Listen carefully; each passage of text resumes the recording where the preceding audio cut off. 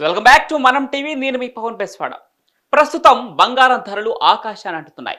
మొన్నటి వరకు 90,000 స్థాయిలో ఉన్న తులం బంగారం ఇప్పుడు ఏకంగా ₹1,00,000 మార్కును తాకింది.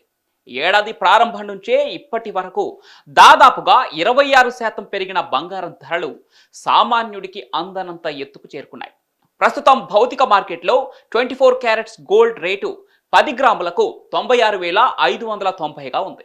దీనికి 3% జీఎస్టీ కలిపితే దాదాపు ₹99,488 అవుతుంది.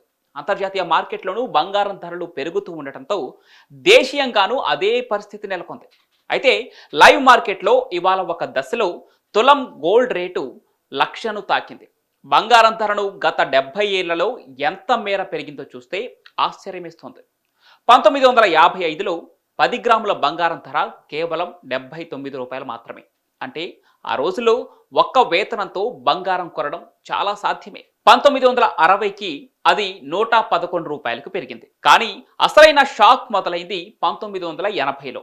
అప్పటికి ఇది నేరుగా ₹1,330కు ఎగబాకింది. ఆ తరం మనుషుల్లో ఇంకా బంగారం కొనడం కష్టమే అనే భావన మొదలైంది. 1990లలో భారతదేశం ఆర్థికంగా లిబరలైజేషన్ దిశగా అడుగులు వేసింది. అదే సమయంలో బంగారం ధర ₹3,200కు చేరింది.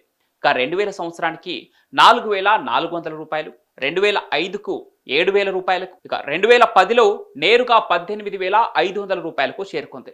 అప్పట్లో చాలా మందికి ఇది భవిష్యత్తు పెట్టుబడిగా మారిపోయింది. ఇక 2015కి ఈ ధర కాస్త 26,343కు చేరుకుంది. 2020లో కరోనా సమయంలో ధర నెమ్మదిగా కానీ గట్టిగా పెరిగింది. ₹48,651కు చేరుకుంది. అందరూ భయంతో బంగారం కొనుగోళ్లకే మొగ్గు చూపారు. 2022, 2023లో వరుసగా ₹56,100, ₹61,100గా బంగారం ధర చకచకా పెరిగిపోయింది. ఇక 2024లో అయితే ఏకంగా ₹74,100కు చేరుకుంది. ఇప్పుడు 2025లో ఒక్క తులం బంగారం ధర ₹1,00,000 మార్క్ దాటేస్తోంది. ఇది కేవలం ఒక ఖరీదు చరిత్ర కాదు, ఇది ఒక సామాజిక చరిత్ర. అందరూ కళ్ళు నీరై చూసే పసిడి ఇప్పుడు నిజంగా పసిడి లాంటి పెట్టుబడిగా మారిపోయింది.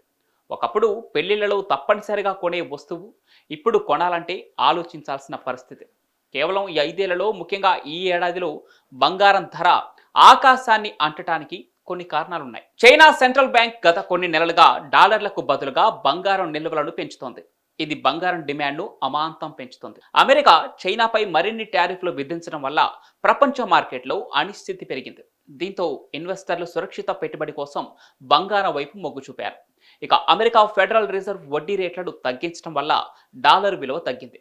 దీనివల్ల బంగారం ధరలు మరింత పెరిగాయి. ఇజ్రాయెల్, ఇరాన్, ఉక్రెయిన్, రష్యా వంటి ప్రపంచ రాజకీయ పరిస్థితులు బంగారం ధరలకు సానుకూలంగా మారుతున్నాయి. ఇక స్టాక్ మార్కెట్లలో అనిశ్చితి నెలకొనడం వల్ల చాలా మంది పెట్టుబడిదారులు సురక్షితమైన ఆప్షన్గా బంగారంలో పెట్టుబడులు పెట్టడానికి ఆసక్తి చూపిస్తున్నారు. పలు దేశాల కేంద్ర బ్యాంకులు తమ నిల్వలను పెంచడానికి బంగారాన్ని కొనుగోలు చేస్తున్నాయి.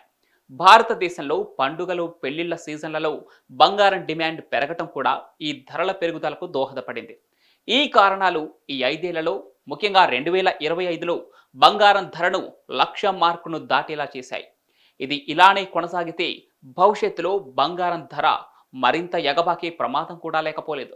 ఇక గత 20 ఏళ్ల ట్రెండ్ బేస్ చేసుకుంటే బంగారం ధర సగటున 40% నుంచి 80% వరకు ఈ 5 సంవత్సరాలలో పెరిగినట్లు స్పష్టంగా కనిపిస్తోంది. అంటే ఇదే లాజిక్ కొనసాగితే 2026కు బంగారం ధర ₹1,12,000 నుంచి ₹1,18,000 మధ్య ఉండవచ్చు.